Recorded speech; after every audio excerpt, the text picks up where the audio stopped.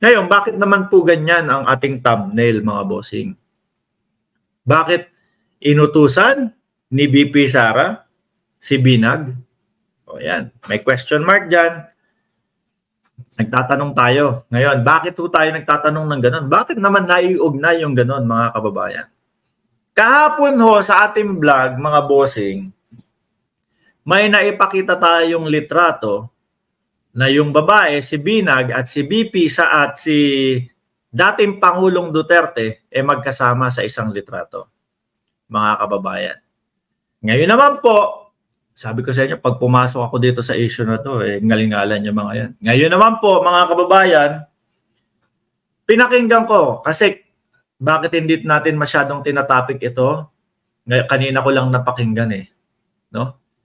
Kanina naman po, habang nakikinig ako, mga bossing, narinig natin doon mismo sa bibig nung Binag na yon, kaya po daw lumalabas siya, mga kababayan, dahil daw po sa ginagawa kay Vice President Inday Sara Duterte. Ano bang panggigipit ang ginagawa sa kanya? Sumigaw ang taong bayan, mag-resign sa Department of Education. Kung alam niya na kaya niyang patakbuhin talaga yun, di sana nagstay siya doon. Di ba? Merong pag-amin ang Vice Presidente na medyo naantala, di ba? Yung mga ginagawa natin kasi nakarely lang ako doon sa mga nakapaligid sa aking mga tao. Ibig sabihin, iniaasa sa ibang tao yung trabaho. Diyan naman po sa security. Mga kababayan, sa security, 400 plus, babawasan ng 75, 300 plus pa din. Unless kung 700 katao ang lulusob kay VP Sara. Yun, outnumber sila. Madami pa din ho yan mga kababayan. At pinaliwanag naman po ni General Marbil, mga bossing, kung ano ang dahilan. Kulang tayo ng kapulisan. Madami pa din yung mga nakabantay kay VP Sara. So ngayon, sabi ko, kilala ni Binag si PRRD. Tapos ang dahilan niya si VP Sara. So nagtugma-tugma po, pinagsama-sama ko sa aking isip, mga bossing. Hindi kaya inuutusan nila ito para lumabas, para magsalita ng ganito, para ikasisira na naman ng ating presidente?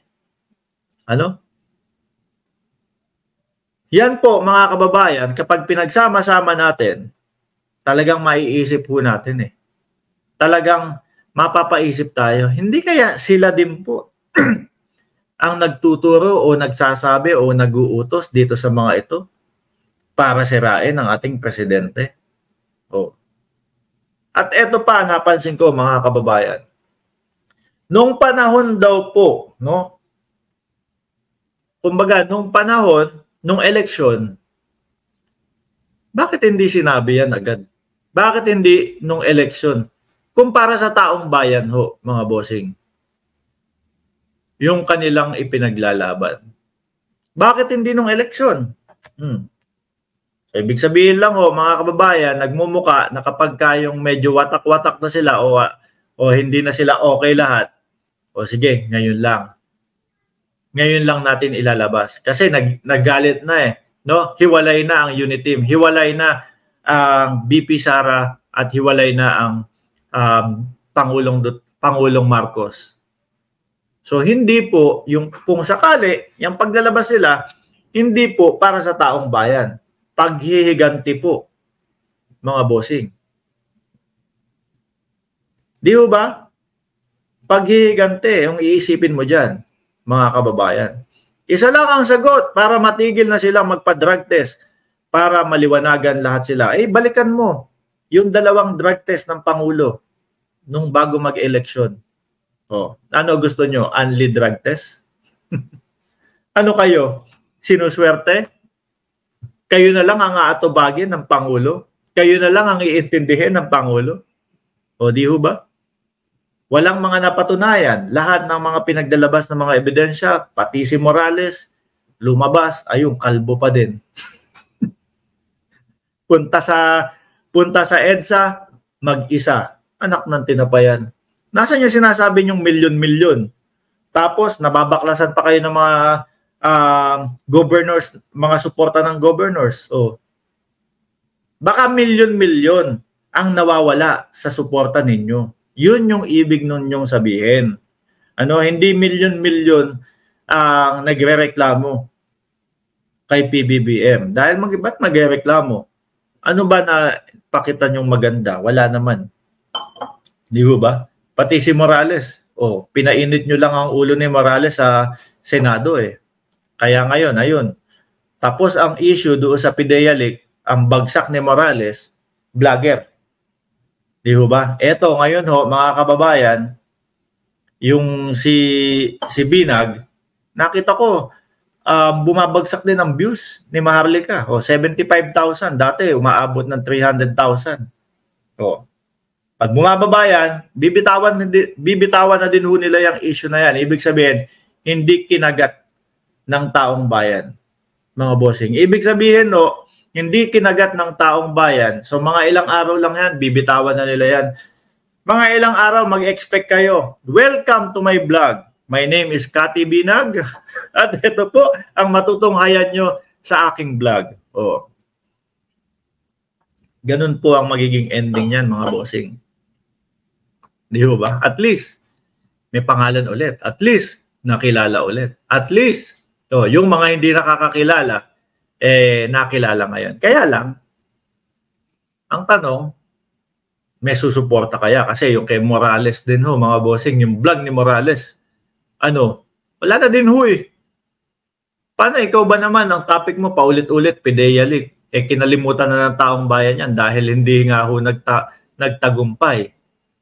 Siya na lang yata ang may ang interesado doon sa PIDEA leak na yan.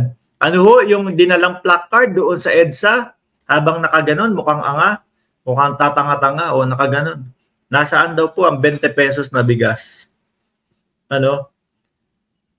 Kaya ako, pasensya na mga DDS nagtataka ako sa inyo.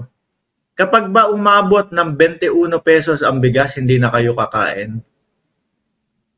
Kapag ka ba naging 22 pesos presyo ng bigas, wala na, gutom na kayo. Kayo lang ang humahanap ng 20 pesos na bigas. Sa totoo lang. Baka sa susunod, yung si Cathy Binag na yan, ang isinisigaw na din sa vlog niya, nasaan ang 20 pesos na bigas? Di ba, mga kababayan? Nasaan ang 20 pesos na bigas? Kapag nauubusan sila ng issue, pag hindi kinagat yung issue nila ng taong bayan, babalik ko sa 20 pesos na bigas. Kaya sabi ko, wait lang. Ano ba?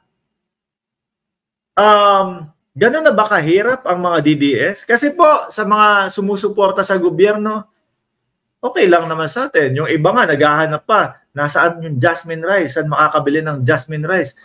Lalo po mga kakamping. Yung mga kakamping, talagang matagal na pong, kumbaga, matagal na pong opposition yan, mga kababayan. Pero hindi nagagawang maganap ng 20 pesos na bigas.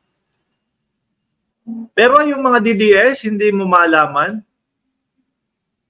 magkano na lang ba pera sa bulsa ninyo? 40 pesos, 20 pesos sa bigas, 20 pesos sa ulam.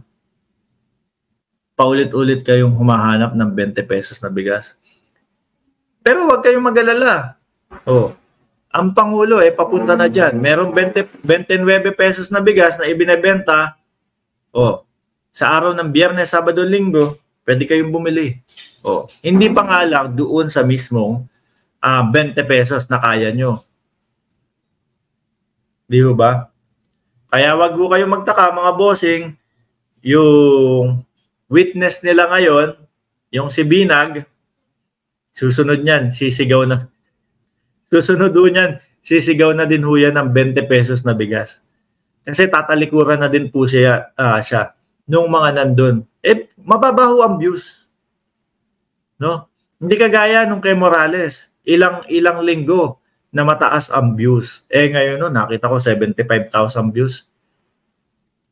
Di ba? tatalikuran na din ho yan. And welcome to my vlog.